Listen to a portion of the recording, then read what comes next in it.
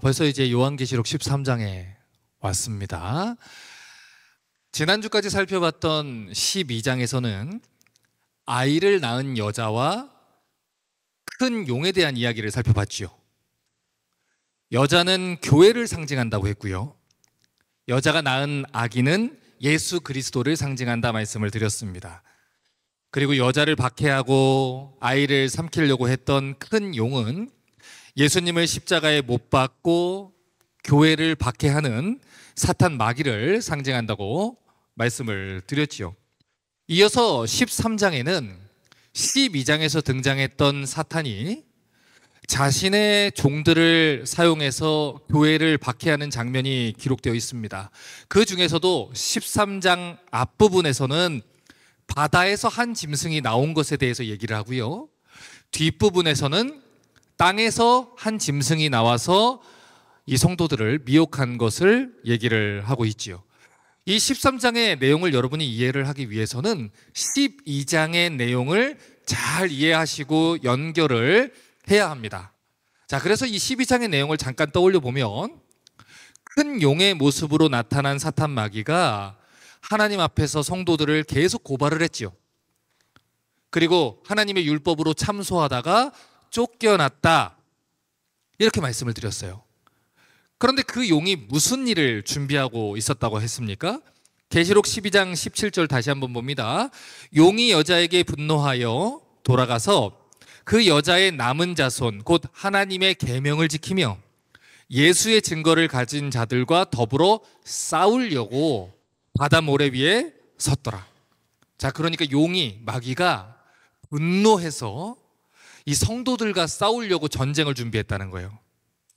그러니까 오늘 읽은 13장의 내용은 마귀가 자신을 위해서 싸울 군대를 모은 뒤에 그 군대를 사용해서 성도들을 아주 적극적으로 박해하고 또 대적하는 모습을 기록하고 있는 것입니다. 그래서 13장에는 땅에서 또 바다에서 각각의 두 짐승이 나타나게 되고 그 짐승들이 마귀를 경배하고 마귀를 위해서 일하는 장면들이 기록되어 있는 거예요.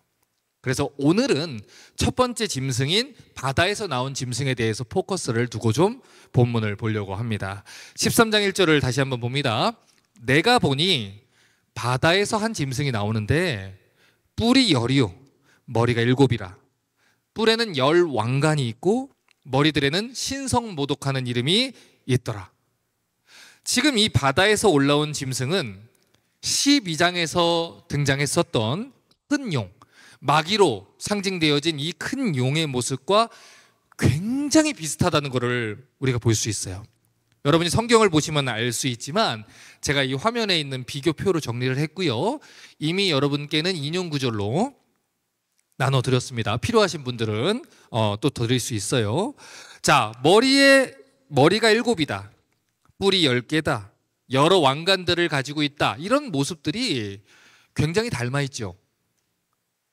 그러니까 이런 이미지는 12장에서 등장했던 큰 용과 13장에 등장하는 바다에서 나오는 짐승이 아주 밀접한 관련이 있다는 것을 요한이 상징적으로 그림 언어로 표현을 지금 하고 있는 거예요. 지난번에도 말씀을 드렸죠. 이 사탄이 계시록에서 자기를 드러내는 방법 중 하나가 과장하고 꾸미는 겁니다. 그래서 마귀는 자기가 마치 하나님인 것처럼, 하나님과 아주 비슷하고 동등한 권세가 있는 것처럼 과장하고 자기를 꾸미는 모습을 보여주는데, 이 요한계시록을 가만히 살펴보면 사탄 마귀가 어떻게 하나님을 비슷하게 흉내내려고 하는지를 우리가 여러 개로 찾아볼 수가 있어요. 자, 첫 번째로 계시록 19장 12절을 한번 봅니다. 예수님에 대해서 이렇게 묘사를 했습니다. 눈은 불꽃 같고 머리에는 무엇이 있습니까? 많은 관들이 있어요. 그런데 방금 전에 살펴봤던 계시록 12장 13장에 등장하는 이 짐승들도 많은 왕관을 머리 위에 쓰고 있는 모습으로 자기를 꾸미고 있지요. 마치 자기가 왕의 권세를 가지고 있는 것처럼, 대단한 존재인 것처럼 하나님의 모습으로 가짜로 꾸민다는 거예요. 두 번째로 다니엘 7장 13, 14절을 보면 예수님에 대해서 또 이렇게 얘기했습니다. 내가 또 환상 중에 보니 인자 같은 이가 하늘 구름을 타고 와서 옛적부터 항상 계신 이에게 나아가 앞으로 인도되매 그에게 권세와 영광과 나라를 주고 모든 백성과 나라들과 다른 언어를 말하는 모든 자들이 섬기게 했으니 그의 권세는 소멸하지 않는 영원한 권세요 그의 나라는 멸망하지 아니할 것이니라. 자, 그런데 13장 2절에서 이렇게 얘기했습니다. 내가 본 짐승은 표범과 비슷하고 발은 곰의 같고 입은 사자의 입 같은데 용이 자기의 능력과 보좌와 큰 권세를 그에게 주었더라. 자, 그러니까 다니엘 7장에서 보좌로부터 계신 하나님으로부터 예수님이 권세를 받지 않습니까? 그 모습을 마귀가 따라하는 거예요. 용이 바다에서 나온 짐승에게 권세를 주었더라.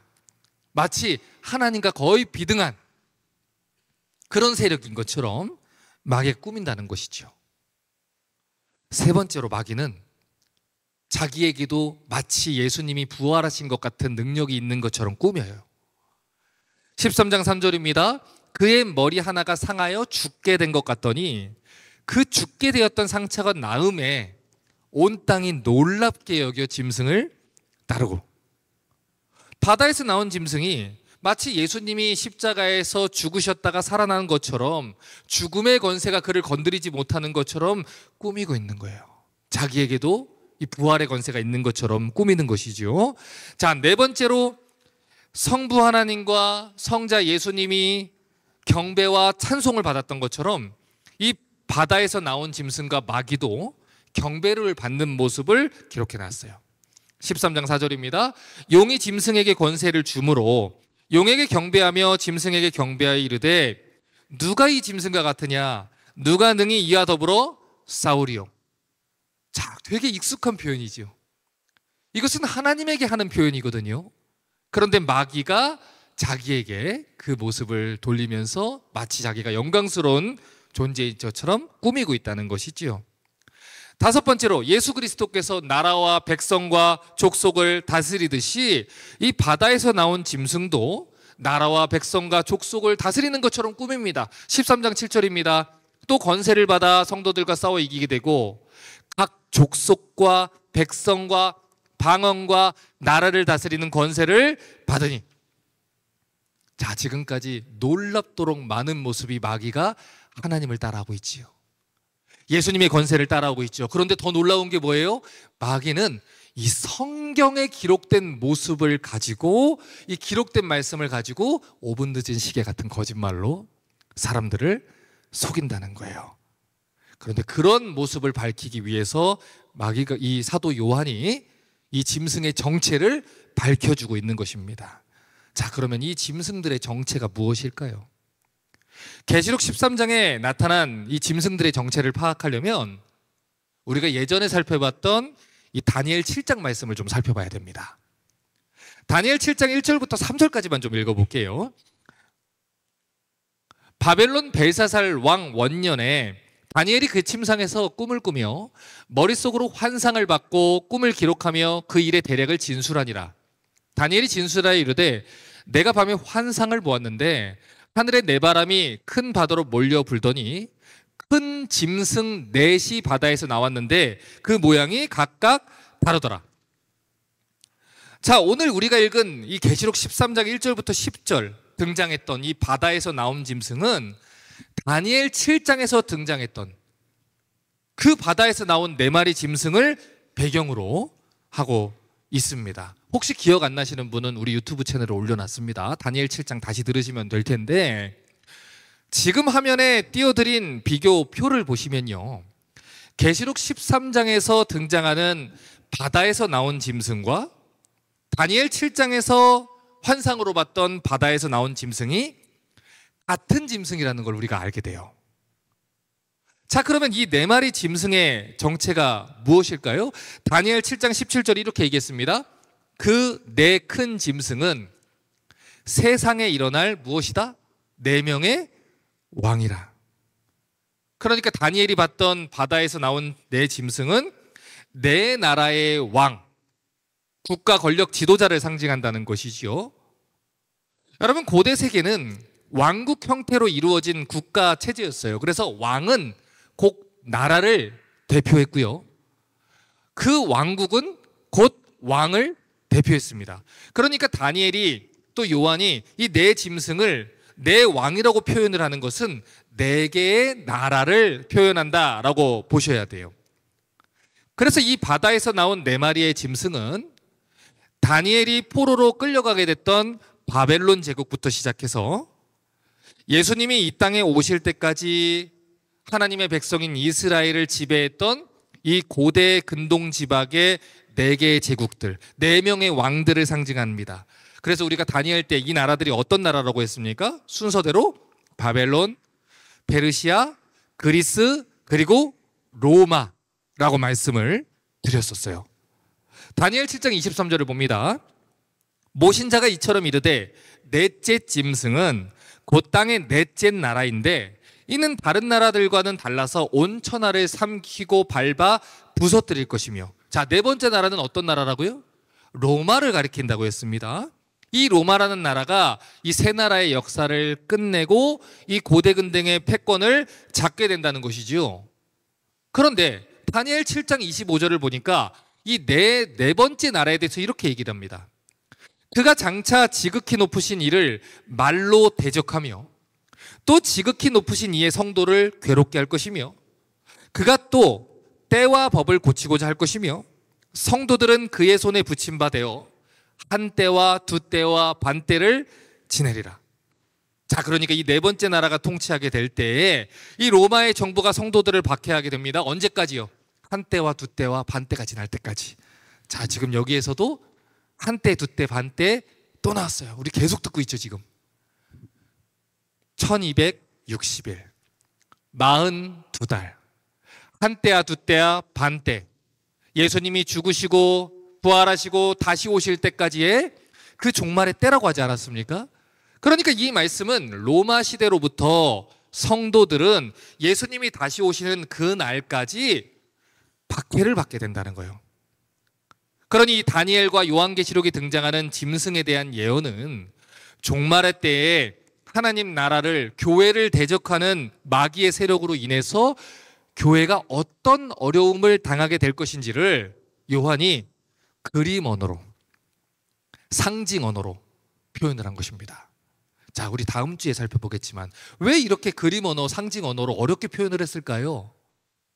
그냥 단도직입적으로 이 얘기를 하면 되지 않습니까? 그 이유는 그 당시 로마가 기독교를 박해할 때 밀고 제도를 뒀어요. 간첩 제도를 뒀다고요. 그래서 누군가가 예배를 드린다 하면 그 사람을 밀고 하면 그에게 큰 상을 줬고, 기독교인이라 자청하는 사람들 중에서 서로 고발하며 죽이는 일들이 있었기 때문에 카타콤 지하 동굴에서 예배하는 성도들을 보호하기 위해서 요한이 때로는 암호적인 숫자를 사용하기도 하고 때로는 암호적인 그림을 쓰기도 합니다. 여러분, 예를 들면서 익투스라고 쓰이는 헬라어가 쓰인 물고기 한번 보셨죠? 우리 그리스도인들이 썼던 물고기 모양, 이런 스티커 붙이고 다니잖아요, 자동차에. 그게 그 당시 화살표 역할입니다. 그래서 이쪽으로 가면 예배를 드립니다. 이예수 크리스토스, 하나님의 아들이란 뜻이에요. 그런 암호들을 그 당시 사용을 했다는 것이죠. 그 정도로 박해가 강했다는 거예요. 자, 그러니까 여기까지 한번 정리를 할게요. 계시록 13장에서 바다에서 등장한 짐승은 무엇입니까? 마귀의 종인데 교회를 박해하는 나라와 그 나라의 권세자들을 상징하는 존재라는 거예요. 마귀가 국가 권력과 국가 정책을 사용해서 교회를 핍박을 한다는 것이죠. 오늘날 캘리포니아 같은 주에서는요, 성경이 죄라고 이야기하는 동성애에 대해서 죄라고 얘기를 하면 설교자가 고발을 당합니다. 세상 법정에서 유죄라는 것으로 재판을 받게 되어 있어요. 소수의 사람들을 차별하거나 억압한다는 그 발언을 했다는 이유로 하나님의 법이 불법이 되어버리는 그런 일이 벌어지고 있어요. 여러분, 이번 파리올림픽 개막식에서 예수님이 십자가에 달리시기 전에 마지막으로 예수님의 제자들과 최후의 만찬을 나누었던 이 모습을 그린 최후의 만찬이라는 그림을 패러디하는 영상이 논란이 됐습니다. 예수님의 모습을 드래그 퀸이라고 부르는 여장 남자로 바꿔놨고요. 동성애자들과 트랜스젠더 모델들을 등장시켜서 전 세계가 보는 앞에서 영상을 송출했습니다. 결국 이 파리 올림픽 위원회에서 영상을 삭제하고 사과를 했지만, 여러분, 우리가 이것을 보고 알아야 되는 것은 지금 이게 우리 세대의 아이들이 살아가는 세대의 문화이고요, 일반적 가치관이라는 거예요. 지금 이 시대는 자유라는 슬로건 아래에서 하나님의 주권과 거룩함이 무너지고 있는 시대입니다. 우리의 자녀들이 학교에서 어떤 가치관과 철학들을 배우게 되는지를 여러분이 아셔야 됩니다. 우리는 보수적인 텍사스에 살고 있으니 괜찮다고 안심하시면 안 됩니다. 이미 우리의 아이들은 미디어로 인해서 수많은 다른 종교와 다른 세속 철학의 가치관을 배우고 있고요, 자유라는 이름 아래에서 성경의 가치를 바꿔버린 이 악한 세대의 영향 속에 있습니다. 성경의 가치관 위에 세워졌던 하버드나 예일 같은, 프린스턴 같은 그런 명문 대학교는 이미 성경을 저버린 지 오래입니다. 그러나 우리는 그 모든 것과 상관없이 세상이 말하는 아이비리그나 출세하는 것이나 거기만 가면 인생이 보장된다는 것이나 그런 가운데서 우리의 자녀들을 기꺼이 세상 속의 가치로 넣는 것을 두려워하지 않고 있다는 거예요. 그러나 마귀는 이 일에 진심입니다. 전력을 다해서 어떻게든 우리의 세대 속의 교회를 무너뜨릴 것이고요, 우리의 자녀들이 하나님을 하나님으로 섬기지 못하도록 만들 겁니다. 아직은 괜찮다고 안심하시면 안 됩니다. 교회가 깨어있지 않으면, 여러분이 깨어있지 않으면 우리의 자녀들과 손주들의 세대에는 마귀에게 꽉 붙잡혀버린 그런 세상 속에서 살게 될 겁니다. 계속해서 계시록 13장 11절 이후에 있는 이 땅에서 나온 짐승에 대해서 살펴봅니다. 13장 11절입니다. 내가 보니 또 다른 짐승이 땅에서 올라오니 어린 양같이 두 뿔이 있고 용처럼 말을 하더라. 또 다른 짐승이 땅에서 왔습니다. 어린 양처럼 뿔이 두 개가 있습니다. 그리고 12장에 등장한 용처럼 말을 했다, 이렇게 얘기를 합니다. 이 짐승의 특징은요, 어린 양처럼 생겼다는 거예요. 그러니까 겉으로만 보면 어린 양 예수님을 닮은 것처럼 보여서 이게 예수님께 속한 무엇인가 이렇게 잘못 해석할 수도 있는데, 중요한 포인트는 양처럼 생겼지만 누구처럼 말을 했다? 용처럼 말을 했다. 그 용이 무엇을 상징한다고요? 마귀를 상징한다고요. 그래서 땅에서 나온 짐승의 특징은 양처럼 생겼으나 마귀의 말을 한다는 것입니다. 이것을 예수님이 마태복음 7장 15절에 이렇게 얘기를 했지요. 거짓 선지자를 삼가라. 양의 옷을 입고 너희에게 나오나 속에는 노략질하는 이리라. 자, 여기까지 정리하면 이 13장에서 등장하는 짐승들은 성도들을 박해하고 또 미혹하는 그런 세력으로 등장을 한다는 거예요. 그 중에서도 앞에 나온 바다에서 나온 짐승은 국가의 세력, 국가의 정책, 나라의 지도자들을 사용해서 교회를 억압하고 박해하는 세력을 말한다면, 땅에서 나오는 짐승은 마치 자기가 하나님께 보냄을 받은 것처럼 드러나지만 사실은 마귀의 말을 하는 이 거짓 선지자들을 얘기를 하는 것입니다. 계시록 16장 13절 봅니다. 또 내가 보매 개구리 같은 새 더러운 영이 용의 입과 짐승의 입과 그리고 어디서 나와요?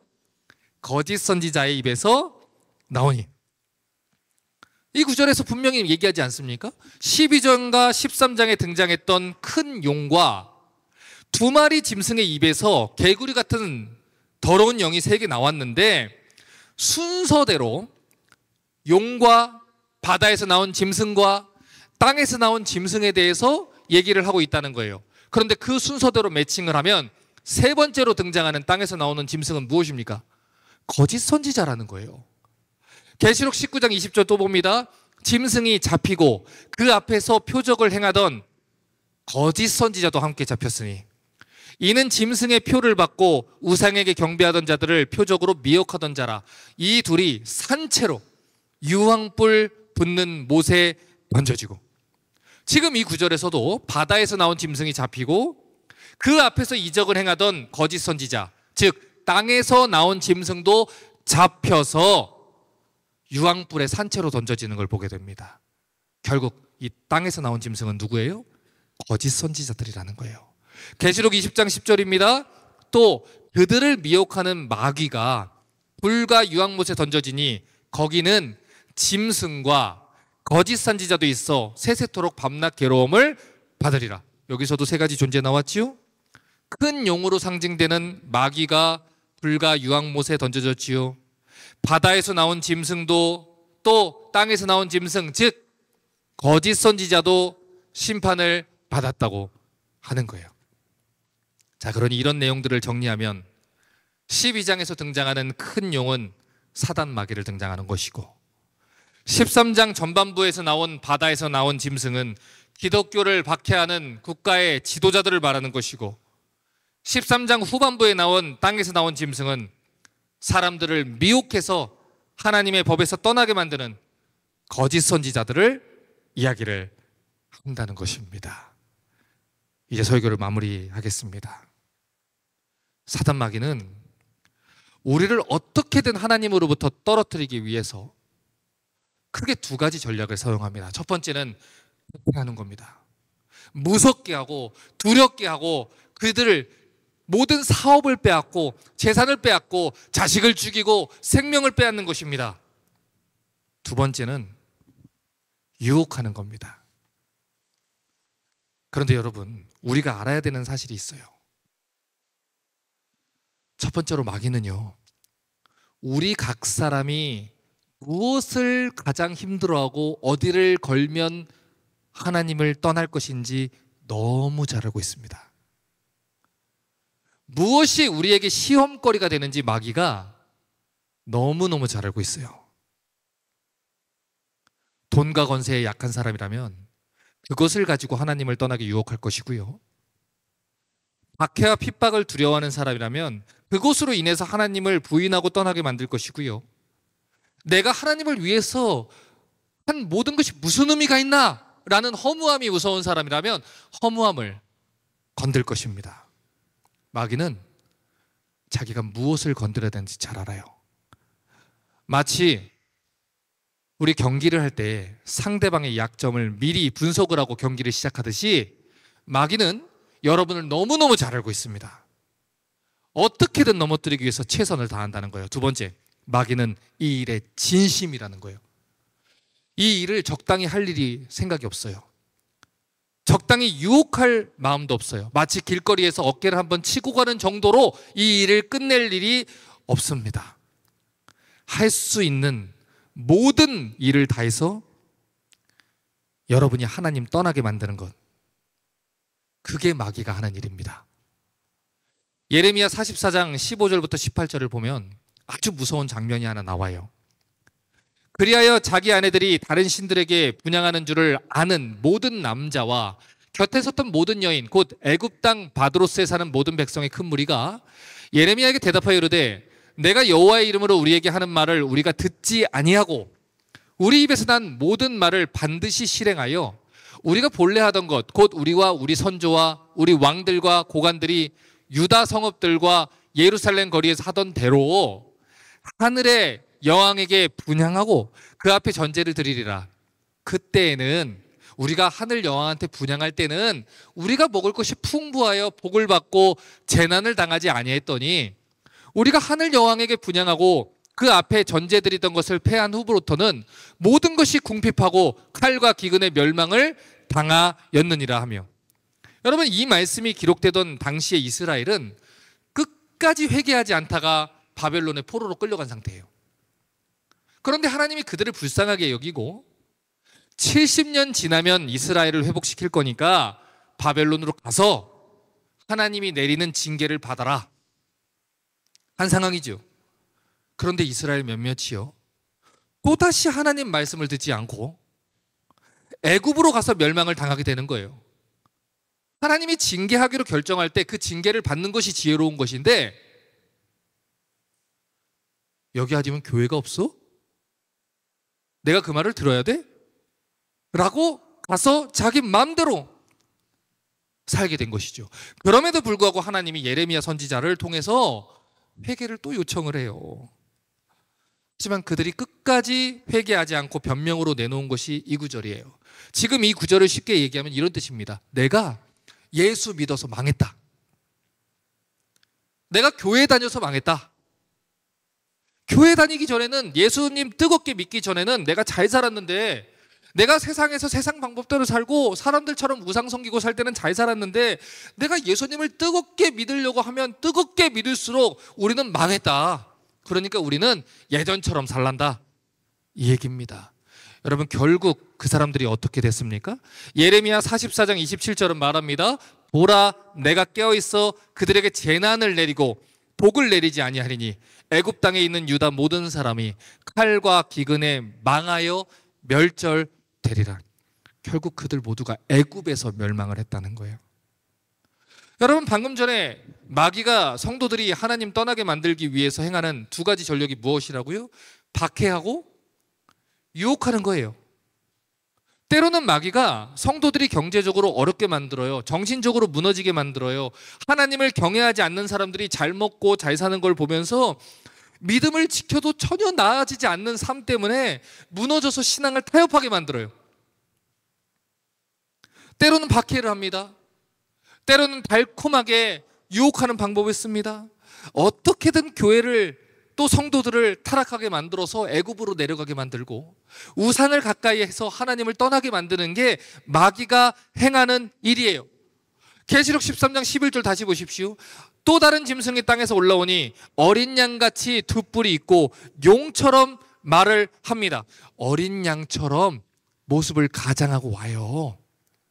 목사의 모습으로 온다는 거예요. 선지자의 모습으로 온다는 거예요. 여러분을 가장 사랑하는 양의 모습으로 온다는 거예요. 하나님 말씀을 전하는 것처럼 온다는 거예요. 그런데 마태복음 7장 15절에 뭐라고 얘기했습니까? 양의 옷을 입고 너희에게 다가오지만 그 속은 노략질하는 일이라는 거예요. 여러분, 지금도 마귀는요, 교인들을 속이기 위해서 수많은 거짓 선지자들을 이 땅에 보내고 있어요. 바로의 마술사들도 기적을 버렸어요. 그 기적을 보고 순종하지 못하도록 오늘도 마귀는 할 수 있는 모든 능력을 통해서 가짜 선지자들도 환상을 보게 만들고, 가짜 선지자들도 예언을 하게 만들고, 가짜 선지자들도 기적을 일으키게 만들고, 가짜 선지자들도 병을 고치게 만든다는 거예요. 그래서 할 수 있는 대로 하늘 여신께 분향하겠다, 하나님만 섬기지 않겠다, 그러면 이곳에서 우리가 그런 어려움을 겪지 않을 것이다. 보십시오. 계시록 13장 12절부터 14절입니다. 그가 먼저 나온 짐승의 모든 권세를 앞에서 행하고 땅과 땅에 사는 자들을 처음 짐승에게 경배하게 하니 곧 죽게 되었던 상처가 나은 자니라 큰 이적을 행하되, 그렇죠? 심지어 사람들 앞에서 우리 하늘로부터 땅에 내려오게 하고. 이거 누가 했던 기적이에요? 엘리야가 했던 기적이지요. 짐승 앞에서 받은 바 이적을 행함으로 땅에 거하는 자들을 미혹하며 땅에 거하는 자들에게 이르기를 칼에 상하였다가 살아난 짐승을 위하여 우상을 만들라 하더라. 하늘 여신에게 분향하겠습니다. 그렇죠? 마귀는 거짓 선지자들에게 힘과 능력을 줍니다. 그래서 우리 안에 있는 죄성, 하늘 여신을 섬기려고 하는 그 죄성, 그래서 에이, 저분도 목사님인데 저기는 하나님 말씀이 없겠어? 저기는 하나님 뜻이 없겠어? 사실은 내 욕심, 내 바람을 쫓아가신 것이고 사실은 내가 하늘 여신에게 분향하고자 하는 것인데, 마귀는 마치 엘리야가 했던 그 기적을 나도 버릴 수 있다라고 하는 것처럼, 여기에 하나님의 뜻이 있는 것처럼 우리를 속인다는 거예요. 그래서 예수님이 마태복음 24장 23절과 24절에 이렇게 얘기했습니다. 그때, 언제예요? 한때와 두때와 반때, 이 종말의 때에 사람이 너희에게 말하되 보라, 그리스도가 여기 있다 혹은 저기 있다 해도 믿지 말라.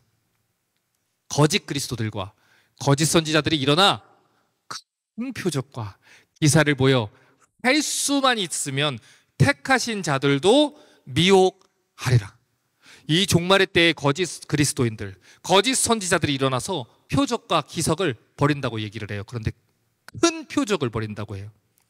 그렇게 해서 할 수 있는 대로 구원받은 성도들까지 미혹하게 만든다는 것입니다. 깨어 있으셔야 됩니다. 정신 바짝 차리셔야 돼요. 성경이 말하는 바를 들으셔야 됩니다. 마귀는 말도 안 되는 거짓말로 우리를 속이지 않아요.